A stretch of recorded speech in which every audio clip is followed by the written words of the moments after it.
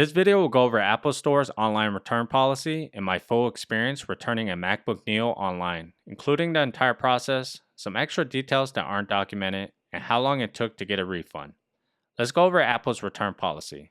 This is for the USA.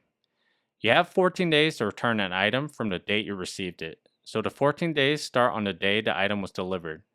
You can request a return up until the 14th day, and after the request is made, Apple does give you a little bit more time to ship the item back to them, and I'll show you this later in the video.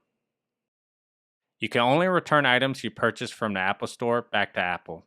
So if you bought a MacBook from Best Buy, you can't return it to Apple, you have to go through Best Buy. Makes sense. Also, you can return an Apple online order in stores. And finally, Apple is pretty generous with their returns. You can return the item within 14 days as long as you include all the accessories and documents, meaning you could try out the product for 14 days and decide if you want to keep it or not. It's also free returns, meaning Apple will send you a free return label to ship it back to them. Now let's go over the return process. I'm returning the MacBook Neo, and here's how I did it. Go to the Apple Store, apple.com/store. Click on the shopping bag icon on the top right corner. Under My Profile, go to Orders. Sign into the Apple account that you placed your order with. Or if you were not logged in when you ordered, just enter the order number and email address associated with the order on the right side of the page. Now select the product you want to return. Have 14 days from when the item was delivered to request a return.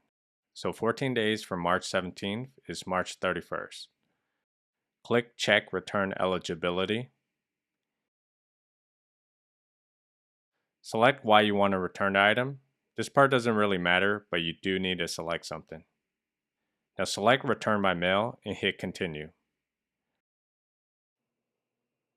Press Complete your return. Now you can print your free return label.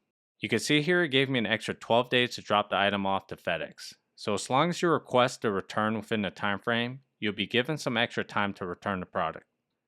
So I packaged the MacBook back into the original box with all the accessories and manuals and put it in a separate box to ship in. I printed and placed the label on the box and shipped it out on April 7th. It was returned to Apple on April 9th, and I received an email confirming they received my item 5 days later on April 14th. I received my refund on April 15th. So it took about 6 days after the item was delivered back to Apple to receive my full refund. I hope this video helped you out. Let me know in the comments if you have any questions, and thanks for watching.